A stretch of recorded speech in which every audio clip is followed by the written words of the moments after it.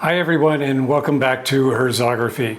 If you visited my website, you've probably noticed something that surprises a lot of people. Yes, there are plenty of landscape photography images, but you'll also see quite a few photographs of flowers. I've actually had people ask me, I thought you were a landscape photographer. Why are there flowers on your website? And the answer is simple.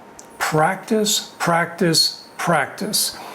Landscapes aren't available every day. Most of us can't drive several hours every weekend to photograph mountains, waterfalls, or the desert. Life gets in the way. Work, family, weather. Sometimes you only have 30 minutes. So what do? You practice. Flowers teach the same skills. One of the best ways I've found to improve my landscape photography is by photographing flowers. Now that may sound strange, but think about it. Many of the same principles apply.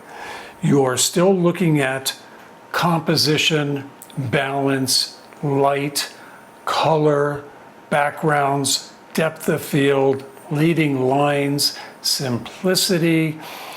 The subject changes, the photography doesn't. We need to learn how to see and practice. Flowers teach you how to slow down. Instead of looking at the entire scene, you begin noticing little details. How does the light fall on the petals? What's happening in the background? So in this image here, I was practicing focus stacking because I don't want to wait until I get out in the field to try to figure out focus stacking in the camera and what does it mean, and maybe I have to pull out the manual. No, that's what practice time is for. So here I was practicing focus stacking on this image.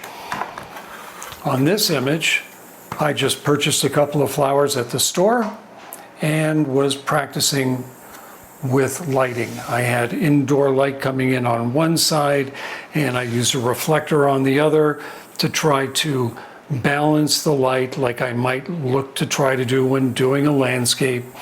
And how do I set that up for getting the right light to skim the surface for showing texture and things like that. So when shooting flowers, that's where you start to think about, should I move a little bit to the left or to the right? Would a different focal length improve the composition? Those are exactly the same questions I ask when I'm standing in front of a great landscape. The difference is that flowers let you practice these skills at home or close to home. Flowers are a fantastic way to become comfortable with your camera. In this image here, I practiced with a couple of different lenses and decided on this lens for shooting this scene. I wanted to make sure I had enough depth of field to keep this one flower, the main flower, in focus, but to just start to lose the other ones as well as the foreground with depth of field, and then try to work my composition so it would balance with this area here on the one side and this other flower coming in between the other two petals, giving a beautiful balance. So when shooting flowers, you can experiment with different angles. Focus stacking, as I mentioned, manual focus, exposure compensation, using different filters, tripod techniques, different lenses. When you're standing in front of a once-in-a-lifetime sunrise, you don't want to be figuring out your camera. You want everything to feel natural, and practice makes that happen. Your backyard can become your classroom. You don't need to travel. Your backyard works. Your neighborhood works. A local park will work. Even a single flower bed can teach you something. Every time you go out with your camera, you're training your eye. And that carries over directly into your landscape photography.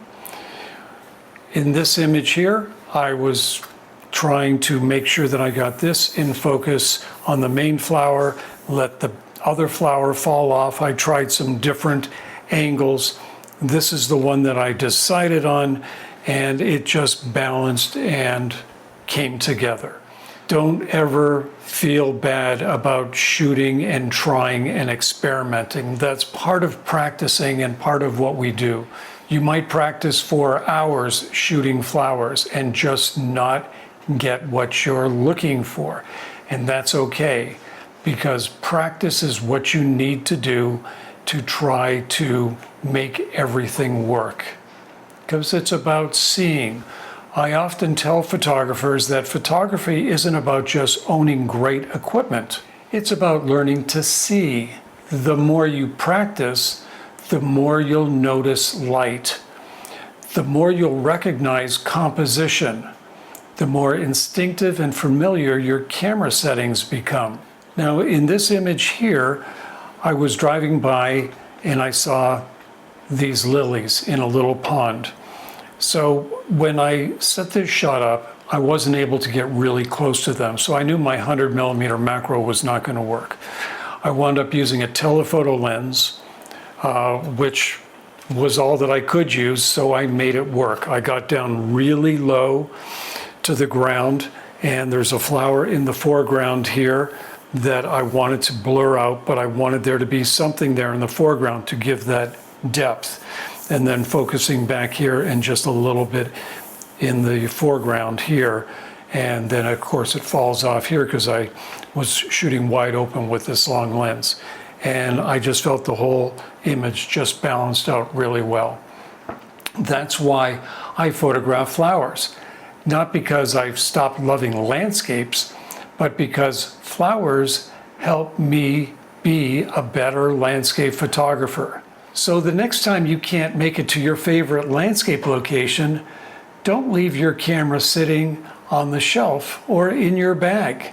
Grab it, walk outside, find some flowers, practice your compositions, experiment, challenge yourself. You'd be surprised, because every photograph you make is preparing you for the next great landscape image. I hope you've enjoyed this video, and give it a like and subscribe if you haven't already. Let me know in the comments, what do you photograph when you can't get out to a favorite landscape location?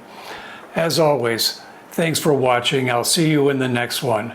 Now let's all get out and shoot.